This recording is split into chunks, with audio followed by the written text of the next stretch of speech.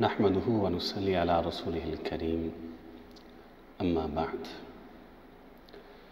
گناہ دو طرح کے ہوتے ہیں۔ ایک گناہ وہ ہوتے ہیں جو انسان مجلس میں، محفل میں، دوستوں کے سامنے کرتے ہیں، بہت برے ہیں، اللہ ہمیں ان سے بچائے۔ ایک گناہ ہوتا ہے جو خلوت کا ہوتا ہے، تنہائی کا ہوتا ہے۔ انسان اس زوم کے اندر، اس گمان کے اندر ہوتا ہے کہ اسے کوئی دیکھ نہیں رہا۔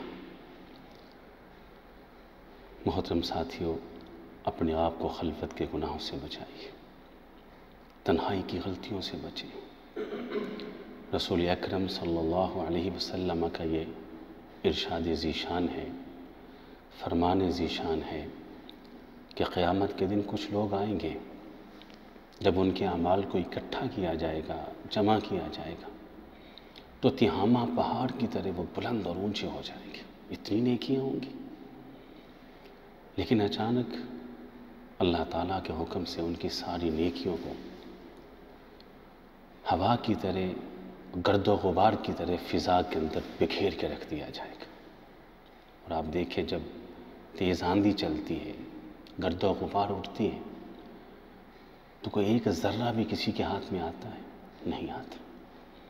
صحابی سوال کرتے ہیں، اللہ کے رسول علیہ الصلاۃ والسلام، کس غلطی کی وجہ سے ان کی عمر بھر کی نیکیوں کو ختم کر دیا جائے گا، ساری زندگی کی محنتوں کو تباہ و برباد کر دیا جائے گا؟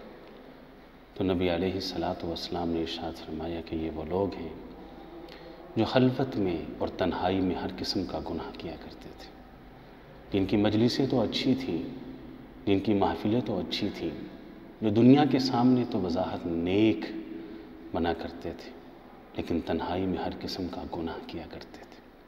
اپنے آپ کو خلوت کے گناہ سے بچائیے۔ اور خلوت و تنہائی کے گناہ کا ایک بہت خطرناک ذریعہ موجودہ دور کے اندر ایک موبائل بھی ہے۔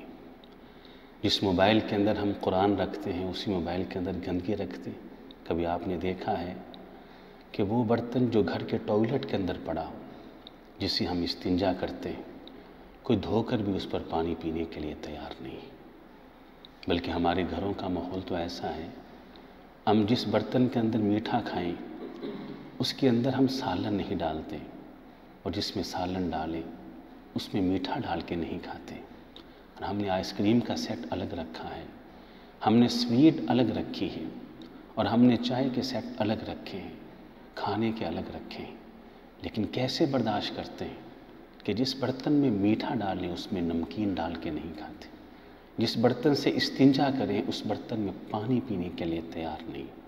تو حضرات، جس موبائل کے اندر ہم رب کا قرآن رکھتے ہیں، کیسے برداشت کرتے ہیں کہ اسی موبائل کے اندر ہم گندگی بھی رکھیں اور شیطانی آوازوں کو بھی رکھیں؟ اپنی مجلس کو بھی اچھا کریں، اور اس کے ساتھ ساتھ اپنی تنہائی کو بھی گناہوں سے پاک اور صاف کریں۔